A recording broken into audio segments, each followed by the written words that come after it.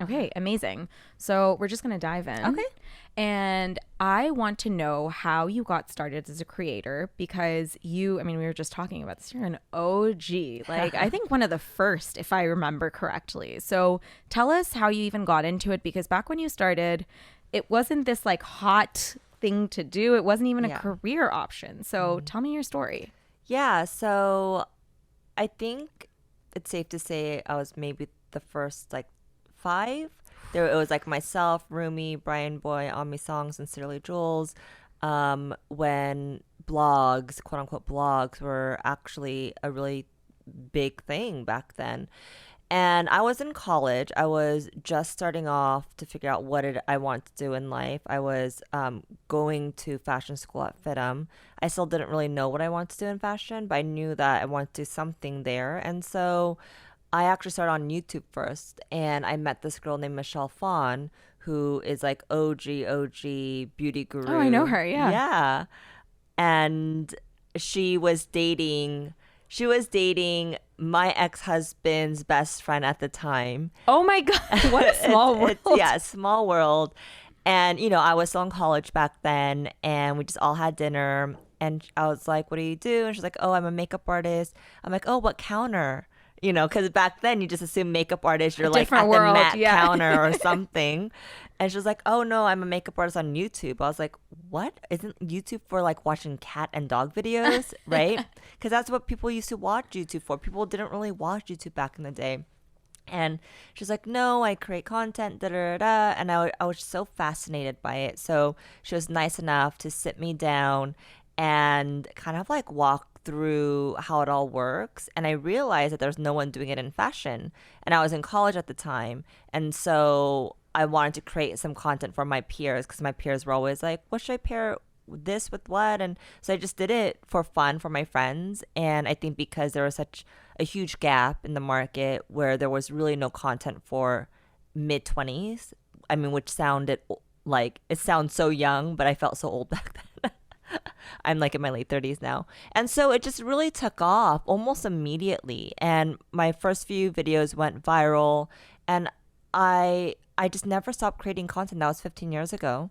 Wow. Yeah. So you've like really just stayed the course. And I think what you've done incredibly well as well. And I think that not a lot of people have been successful at this, which is that you've evolved. Yeah. Like you have evolved in terms of the platforms you're on. You've been an early adopter over and over again. So talk to me about how you've been able to do that. And I mean, content creation, like you've been in like for the long haul. Yeah. So tell me about like how you kind of have persisted and how you've continued to evolve.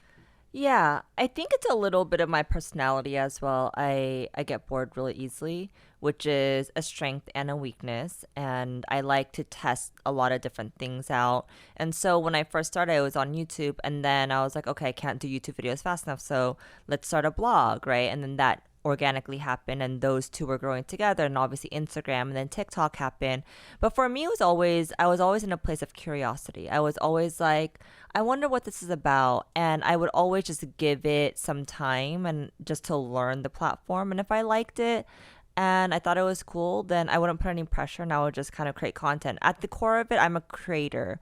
I am a creative, and as long as I get to create in some sort of capacity, I feel like I'm fulfilling, I guess, my like what I love to do. And so that's how I looked at it always on these different platforms. TikTok really took off for me during COVID. And it was just another creative outlet where I was able to be funny. It was like a side that I never got to show, and people thought that was really fascinating. Yeah, I think it was like a whole rebirth, like your rich mom. Like I remember early days, like 2020 is when I got on TikTok, and I remember like your videos were just popping off, and I was like, this woman is so fucking funny. Yeah. I mean, I didn't even think that I was that funny, but I guess I had it in me. Yeah. It was almost like acting because I was a character on TikTok. I wasn't really being me as Chriselle Lim. I am now, but during COVID, people were so entertained by this character called Rich Mom. And it was actually during Parasite, that movie, the Korean movie that won all the awards.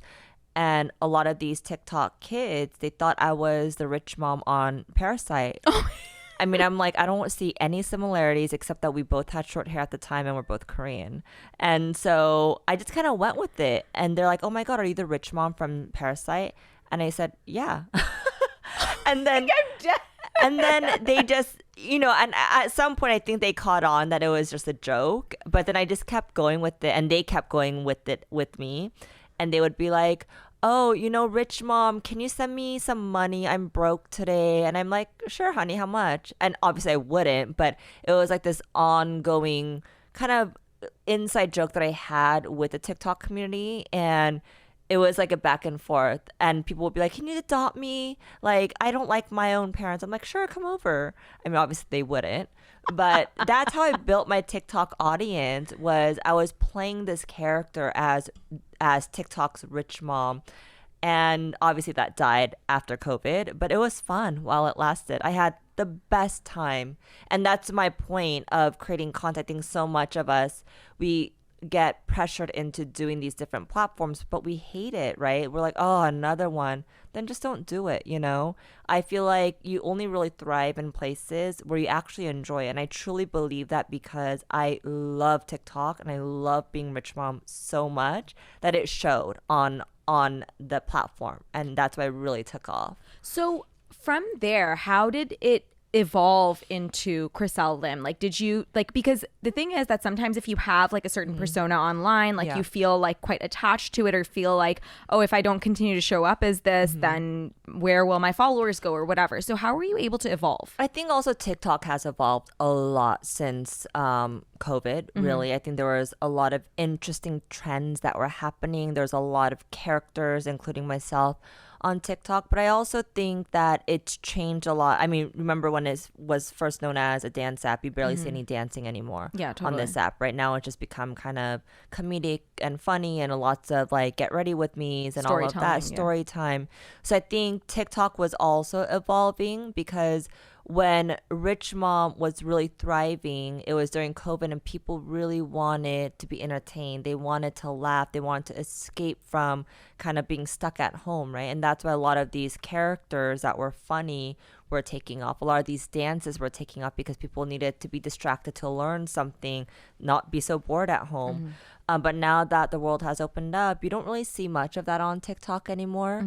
And I realized, and during that time, I was also going through my divorce. And so at one point, which was 2020, it was the hardest year for me personally. And because I couldn't fully come to laughing, like I literally couldn't get myself to smile or laugh during that time. I couldn't fake that on TikTok anymore, right? I couldn't fake being rich mom during that time when I was going through such horrible times. I mean, call me a bad actress because I'm not even an actress, but I just couldn't get around to doing that. And so that's when I just decided to stop.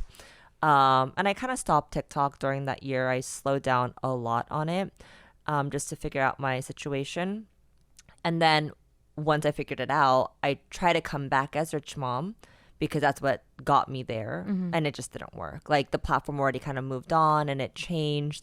And so that's when I decided to just bring myself as Chriselle Lim. And I was doing that a little bit here and there. So a lot of people knew that Rich Mom was fake.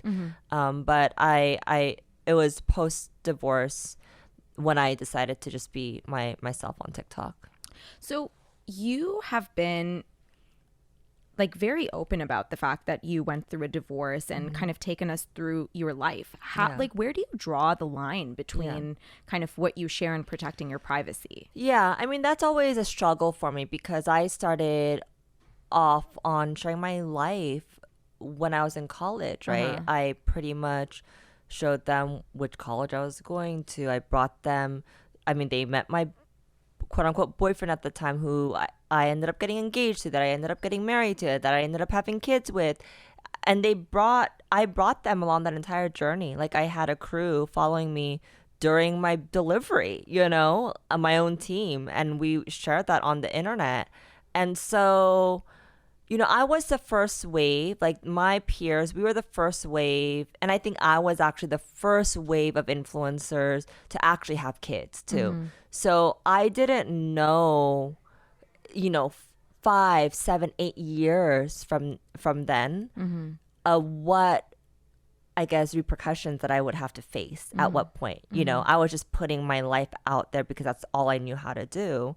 And I think it was when I was going through my divorce, I was like, shit, like I shared a lot. And now my followers feel entitled to why I'm getting divorced, why my kids are not showing up on my Instagram anymore.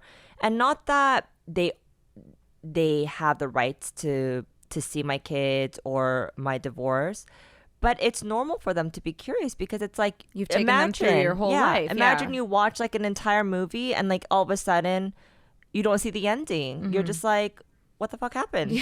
Where'd she go? Right? So I realized that as I was going through my divorce, and I've learned so much about what boundaries I should draw now, right?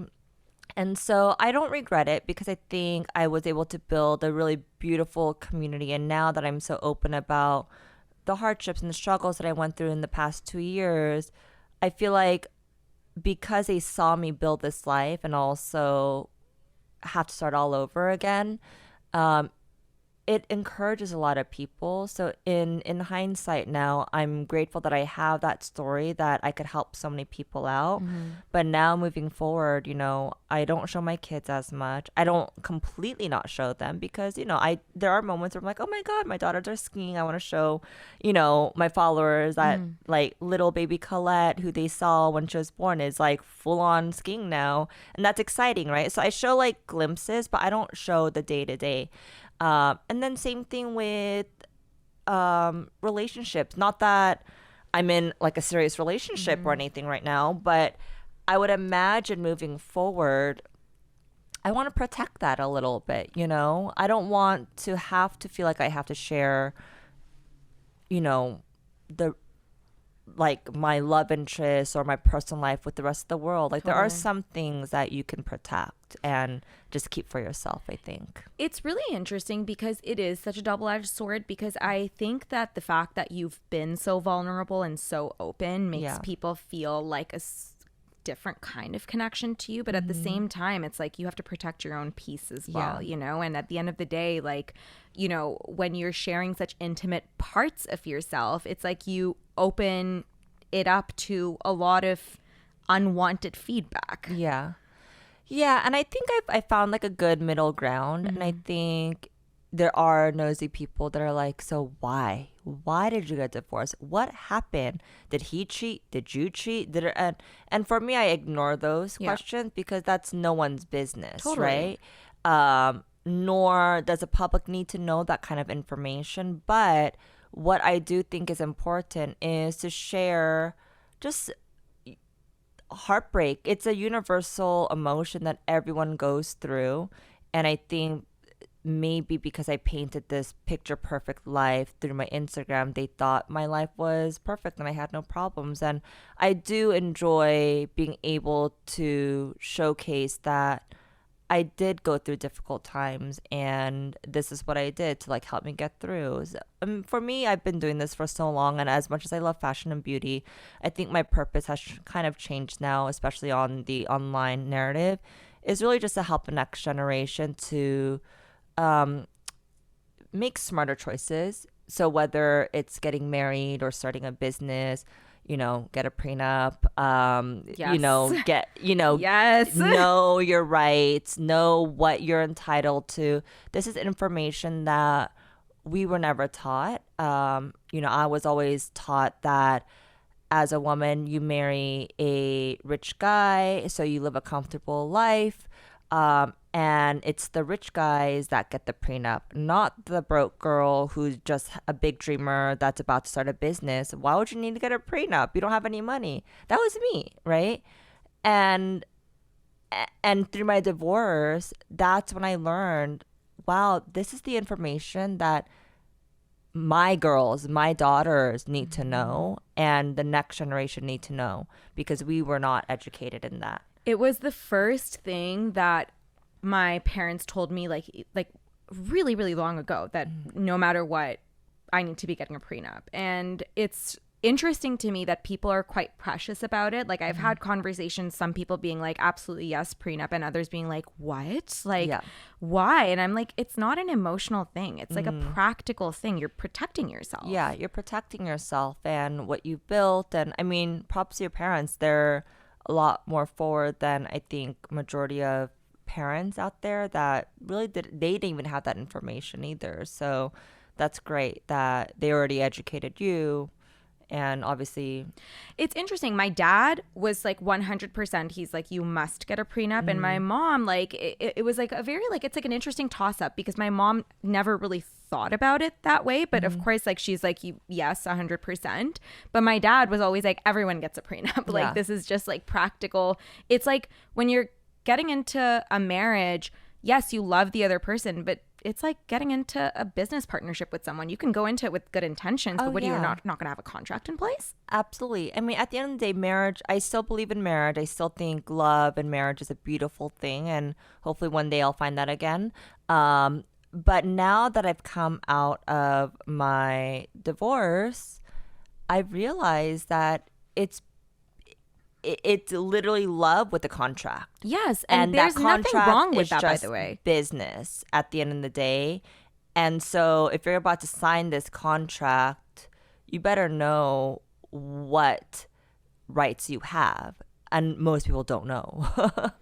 And so that's kind of my purpose now. I just feel like just really educating the next generation of especially women and girls on being smarter about the decisions that they make, again, whether it be marriage, whether it be starting a business, whatever that is. I also will extend this to women of color as well, specifically because I, like, for me as like a brown woman, you know, I think that there is this overarching thing that you're supposed to be soft and it's like maybe not the right thing for you to even think of a prenup. And I'm like, why? Like, if I get into a business relationship, what am I not going to sign a contract? How is this any different? I mean, it's so funny that you say that because that's also with Asian culture as well. Like, you know, as a quote unquote obedient Asian woman, you are supposed to pretty much serve your man. Yeah. Right? That's what, I mean, my parents didn't teach me that in those like terms, but you know, there are suggestive ways that they would say things like, oh, that might make him feel uncomfortable or that, you know, that might make him feel lesser of a man. Like things like that. Yeah. And I think that's a cultural thing. Absolutely, right? Yeah. But I think even my parents, they had a kind of coming to Jesus moment when I was going through my divorce because not that it's their fault and I love them dearly and they're such wonderful parents, but they're just teaching me what they knew. So they were putting the pressure on me in my early 20s to get married, to find a boyfriend, to get married. And so my dad especially, he was like giving himself a hard time, like, oh, maybe if I didn't put that pressure on you, then you wouldn't have been divorced and you wouldn't, you know, be in this horrible situation. Of course, everything happens for a reason. And I'm thankful for what has happened because I've learned so much and I've gained so much wisdom from it. But I think even my parents, they're still unlearning a lot of things that they've learned as well. Well, you know, I think we have to give our parents grace because they teach us what they know. And I think you realize this when you're older because for a long time, like you think your parents know everything, right? And of course, like you want to listen to them and you're so influenced by their belief systems. But I think as you get older, you realize that your parents are humans and they did the best that they could and they each have like their own triggers and their own trauma, and a lot of the times they pass that on to you thinking they're doing the right thing, but it may not be the right thing, and it's not something you should be upset about. It's just having grace for them. I love that word grace, and just being able to not hold anything against them and just understand that they're human as well. Yeah. So you came out of your divorce, though, like a fucking phoenix, okay? You released PHLUR, which I remember when it entered the chat. It was sold out. It was like, it came out with a bang. So what inspired you to launch a business, because that's like a big undertaking, especially as you're going through like a life transition as well. Well, I was contacted by my business partner, who Ben Bennett, and he's the owner of the Center, which is pretty much an incubator for beauty brands. And he was ready to acquire PHLUR. So PHLUR was an existing fragrance brand already, beautiful fragrance brand. They were able to really carve out a niche market, which we respect highly, but they were going out of business for a number of different reasons. And so Ben contacted me and he said he wanted to acquire PHLUR, but he wanted to acquire it with me. And did you guys know each other? We knew of each other. We actually met through our really good friend who's now PHLUR's publicist. But yeah, so I knew of Ben, and I've known what he has done in the beauty industry, and he's kind of like a legend in that sense. Genius. Yeah, genius. And so, first of all, I was really honored that he even thought of me to acquire PHLUR with. But I was also, just to be completely transparent, a little confused because I never identified myself as a fragrance girl. I always identified myself as a fashion girl or a beauty girl, but not necessarily fragrance. I wore fragrance every day. I love fragrance. I had a whole fragrance closet, but that never even crossed my mind that I would be owning a fragrance company one day. That was not part of my roadmap. And so but I heard him out and I was like, okay, why me, and what's your plan for PHLUR? And he told me that, well, PHLUR, just like you, is going through its rebirth. And I couldn't think of a better person to be able to tell stories with through each fragrance than you. And he said, and fragrance is fashion. He said, why do you think every fashion house has a fragrance line or a fragrance, right? Why do you think fragrance is so tied to fashion? Because it's really the end note. It's really the topping, the kind of the cherry on top, the icing on the cake to complete an outfit, to complete a look, right? It's how you want to feel, the mood. So true. And so when he explained it to me, I was like, oh yeah, I am a fragrance girl. Like I always think about how I want to feel, and then I figure out what scent. And also fragrance had such a big healing, it was a big healing journey for me, because when I was going through my divorce, I was in the worst mental state, and I just couldn't even picture myself being happy ever again. Like, it was so hard to imagine. So I had certain scents, they weren't PHLUR, but certain scents that would evoke happiness, it would help me envision myself in a better state. And I would just close my eyes, spray it, and then I would kind of have like this meditation moment of visualizing myself in a certain way, or running on the beach and feeling free again, or like certain scents where I wanted my anxiety to kind of lower and just be at peace and calm. And so I realized how big of a role fragrance actually played in my life, especially during that time. And so I said, okay, let's do it. What do I have to lose? And it's been the most incredible journey. And the fact that, again, because I am a creative and I can storytell through each fragrance and through each scent, there is a meaning behind it. That just brings me so much joy. And, when we launched Missing Person, which was the viral fragrance on TikTok, I was just sharing my story of heartbreak. And I didn't, we never planned for it to go viral. I don't think anyone could plan for virality. But it just allowed me to actually see how much it meant for people to hear other people's vulnerability and their story, because all of a sudden Missing Person became a reason for people to share who they're missing, or a moment in time that they want to relive. And so that's what happened on TikTok. People would buy Missing Person, spray it, start crying, and then be like, oh my God, like this is bringing back to my mom when she was alive, and we were like, I don't know, like cuddling in the bed together, or whatever that moment was for them. And that's what Missing Person brought. And I don't know, it just brings tears to my eyes to know that it was such a big healing scent for so many people around the world. So What do you think it was that made it go viral? Like, and also, like, how did you plan out your launch? And how did you know that Missing Person was the first perfume that you wanted to bring to the market? Missing Person we knew was going to be the first fragrance just because of, how we timed out our production and the schedule. So we actually had almost one scent a month planned out for the first year.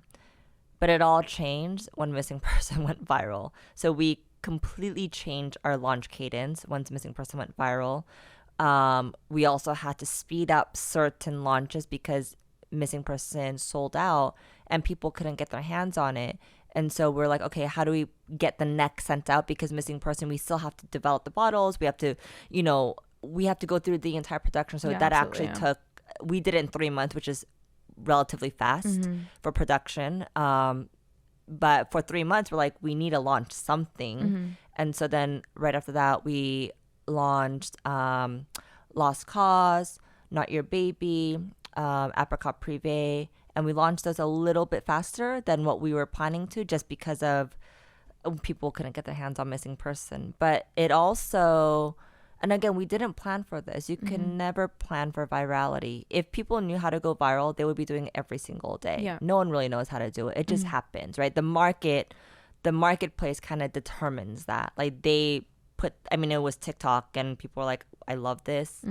Let's just talk about it. And so when that happened, we were all kind of in shock. We didn't really know how to react. But then just thousands and thousands of people were creating these videos and sharing their stories. And it wasn't even about the scent anymore. It's about their own story. So this is, I think, what I want to zoom in on is the fact that you said that it wasn't about the scent, it was about their story. And I think that that is something that you've done exceptionally well with every fragrance that you've launched with PHLUR. Even just the naming convention, it has like a story behind it and people are interested, And I know that as a founder, just because I own a wellness brand, I know that it's not the same as having a lipstick or a cute piece of clothing, which someone just sees and they want to buy.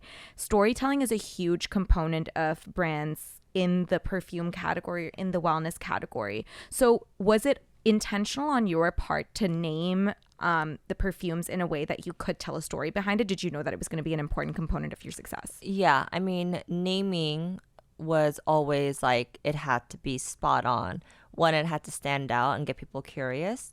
But two, it was an entryway of us being able to tell a certain story, right? Or a gateway, to tell a certain story. And we knew that selling fragrance online, it's been done before, but the way that we're doing it, where at the time we were not at any physical locations, we weren't in any Sephora's, we were not at Selfridges, and these are all brand new scents that no one's ever smelled before. And so we knew that the only way that we could actually get people interested in the fragrance is by telling stories, because the average person, they're not going to read the ingredients and be like, oh, this note is a reason why. I mean, there might be some, but for most people, the mass majority of people, they need to smell it first. But we weren't in stores. How are they going to smell it? And so I knew that every single scent had to have a very strong story behind it. And through the story, they can identify themselves in it. And then, of course, if they're curious, and they could go onto the back and read the notes and see if it's for them. So that is actually the way we sold fragrance that has really not been done before without smelling it at a counter first. But now obviously you can, because we're in all the Sephora's and at Selfridges. But in the beginning there was a question mark of like, is this gonna work? We don't know. But I mean, it's a fascinating case study, because I remember it being the first like perfume brand that really told a compelling story. And the story wasn't even about necessarily like the scent. It was like the feelings that it was going to evoke. And like, how smart. Yeah. And I think there are certain brands like Margiela that have kind of nailed that down, which is like Walk on the Beach, or I think it's like Into the Woods, yeah. Or I think there's a fireplace one. Yep. So immediately you connect like a certain memory with a moment in time with the fragrance. But of course, Margiela is massive, especially in the fragrance.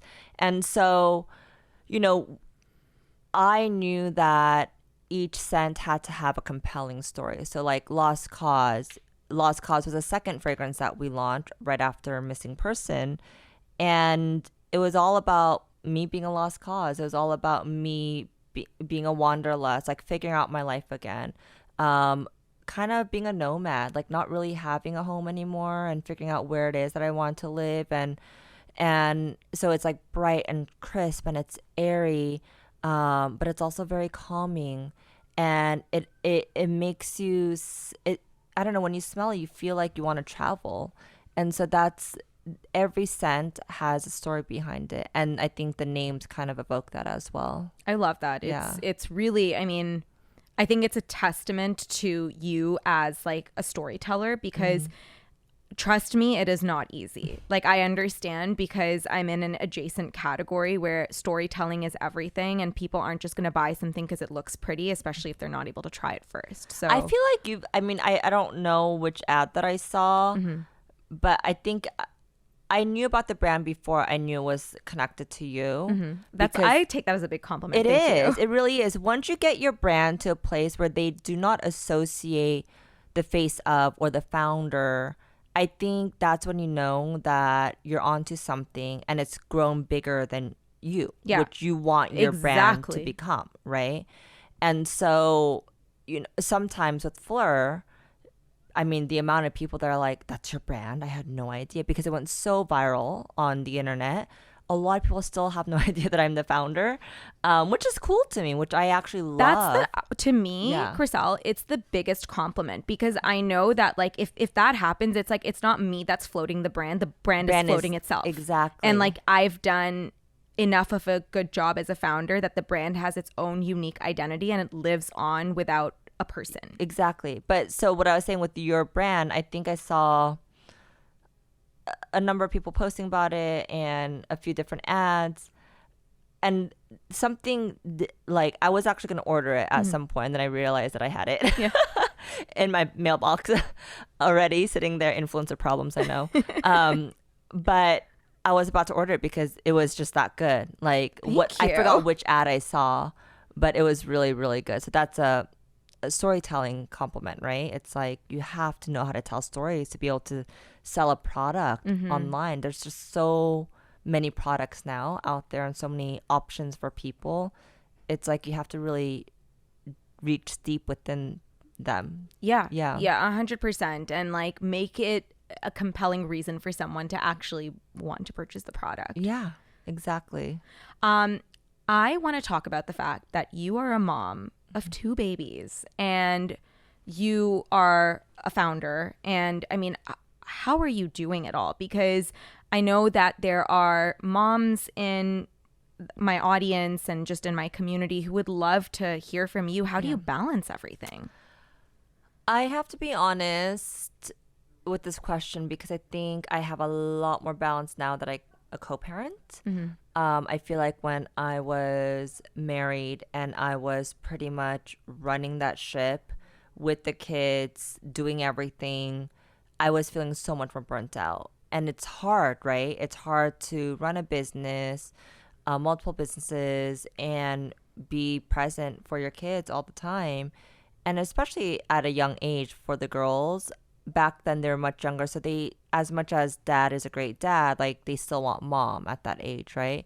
But I think now that I'm co-parenting and I have the girls 50-50 with my ex, it's almost like, this sounds really, and it took me a while to get here. It's been over 2 years now, but it's almost like out of sight, out of mind now. Because before, when they're with me all the time, I knew that they were my responsibility. Now when they're with their dad, it's all on you, boo. That's all you. Like, I cannot, I mean, if you ask for help, I'll help. But I know that, we try to do the things ourselves. And I think that now when the girls are with their dad, I just have this ease of like, he's going to handle it. He has a lot of support. He's a great dad. I have nothing to worry about. And if he can't, for whatever reason, he needs me last minute, he will always call me and ask, right? And same thing with me. I feel like when the girls are with me, dad is probably out there having a great time and not worried as much of like trying to be home at a certain time to be with. So it's just so much more balanced now because I go hard with parenting. Like when I'm with the girls, I do everything. And you know, there are times when I can't pick them up, but I try to do every pickup, every drop off. I try to do every bath. I try to do all the park dates. I have the ability to, because I run my own business. And during those weeks, I'm not as available for my team. I'm not as available to travel. I'm not available to really do all of this other work stuff. But on the flip side, when they're not with me, I also go super hard with work. I'm always on a plane, traveling somewhere for some jobs or doing something, and it all feels balanced. And so a lot of my friends that are married with kids, they're like, how do I get onto your program? I'm like, co-parent? And they're like, how do we co-parent without getting a divorce? I'm like, I don't know. Well, it's interesting that you're saying this because I think that as time has gone on, women put a lot of pressure on themselves to kind of do everything with not a lot of help.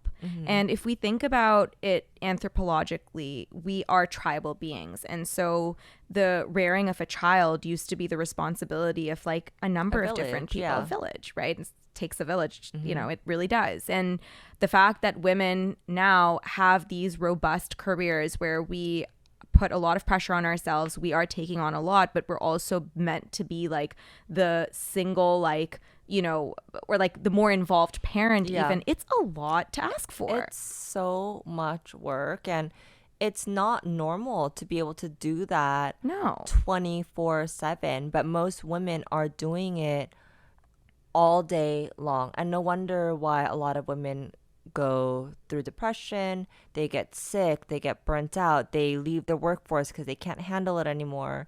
And it's just unfair. I think times are changing, and I think men are stepping up more than ever, but there's still a lot of work. You still don't hear as much like stay-at-home dads, although I do know a few. But yeah, I think the question now is like, how do we take away these roles that we all thought we were supposed to do, like as a mother, you know, as a woman, as a wife, and how do we make it an equal playing field for both the men and the women, for the mom and the dad? Again, because how we were raised from our parents, it's really hard to take away from what we're so used to that society has taught us and our parents have taught us. But I think now it's about like equality, and if we truly want to live in like an equal I guess place with both men and women, I think the men do have to step up and they do have to do the child caring, and the women can work, and that's okay as well. And yeah, I mean, that's a question that I still have as well. No, I mean, I completely agree with you, you know, or I think it's just important to like ask for help or get help if you can afford it. Like I know that I speak to a lot of other female entrepreneurs who are moms as well, and something that comes up over and over again is that no, I have help. I have my parents helping. I have outside help that I've hired, and I'm glad that we're having these conversations because you know what, this idea of the do-it-all superwoman, like it's not realistic. It's not realistic, and it's not healthy for anybody. And I think everyone tries to, I think they praise that for a long time, but I think we should praise more women to quit things. Like my co-founder, I have a company called Bumo, which is a parenting company. So if you need help, there's on-demand childcare, and you just have to kind of look on the website. We're launching an app soon, and if you're like, oh crap, like my nanny called out sick, I need help, then you could see like what spots are available. So anyways, but my co-founder Joan, she was like, this year I'm gonna be better at quitting things. She's like, for example, I am gonna quit doing dishes. I do too much around the house, like. My husband can do the dishes. Like I quit doing dishes. I quit doing whatever it is because we just do way too much. Yeah. I actually love that you say that because it's so funny. This is like a few years ago. I noticed that my husband and I we're just getting into like all these like little fights, and it was because I felt like I was doing the lion's share of the household duties. and he was taking on things, but I just felt like it wasn't enough. And I was like, fuck it. I'm not going to do the dishes. And at that point, like, we were at a place in our lives where we could hire like a cleaner to do everything changed. When I quit doing the dishes and like sweeping the floors, everything changed, you know? And then I was like, we had like obviously a very upfront conversation where I was like, this is the division of labor in our household. Yeah. But it like really, we think that we have to take on all of it, and it's exhausting. It is exhausting. And I think people should be proud of quitting things because, you know, whether you can hire the help that you deserve or you ask your partner to help out with certain things, it's not okay for one person to do it all. It also builds a lot of resentment too. It does. Yeah, it does. And I think just having those conversations openly with your partner is very, very important. Agreed. Yeah. So we have a question from our audience, and I mean, I would love to know the answer to this myself, because speaking to you, you are such a confident woman. And what this woman is asking is, how do you deal with mom guilt, if you do at all? Yeah, I do. And, you know, I was talking to other moms that have older kids, and they're like, it never goes away. I think it, especially when you're a new mom, I think that guilt really kind of overpowers everything. And you just feel sometimes stuck, like, oh my God, I can't do anything because I feel so guilty. But you do get used to it. And I also think talking to other women that are in the same boat as you. I think for a while in my community where I live, there's a lot of stay-at-home moms. So when I was talking with them, I just felt even more guilty because they were able to do all the play dates. They were able to do all the field trips. And they're wonderful and nice people. But it made me feel more guilty that I couldn't do these things because I had multiple businesses to run. Even though I do run my own business and I have a little bit of flexibility, I choose to continue to work and do these things and not, you know, do a lot of the school activities, right? And so I did feel very guilty about that. And then I started meeting more women like myself who run their own businesses, that are high-level executives at companies that just can't really take time off, and they're amazing moms. And once I started hanging out with them more, talking to them more, I just felt seen. And not that the guilt goes away, but you naturally feel a little bit more normal in that sense. And so I think your tribe is very important. I have a tribe of amazing moms in my group. And a lot of them also have gone through divorces as well, that are single moms, because that's my current situation, right? And so I think it's finding, even if it's just one other person that is in a similar situation, I think that helps a lot. But the guilt never really goes away, even for me, even though it's my off week this week and I'm out here in LA, like doing lots of work stuff, going out to dinner with friends. My oldest daughter, Chloe, FaceTimed me yesterday in the middle of dinner, and she's like, Mommy, I lost my tooth. And she like showed me her missing, and she was so proud. And like at that moment I was like, oh, I wish I was there to like put the tooth fairy money under the pillow and do that whole thing. But and I felt guilty for a second, but then I checked out of it and I was like, okay, Dad will handle it, it's fine.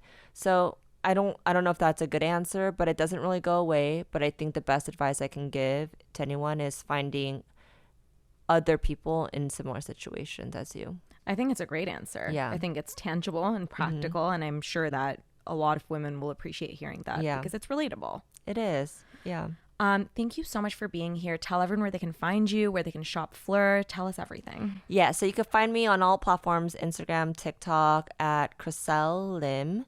And you can find FLUR at FLUR.com, PHLUR, or on Instagram, FLUR as well. Amazing. Thank you so much for being here. Thank you so much for having me.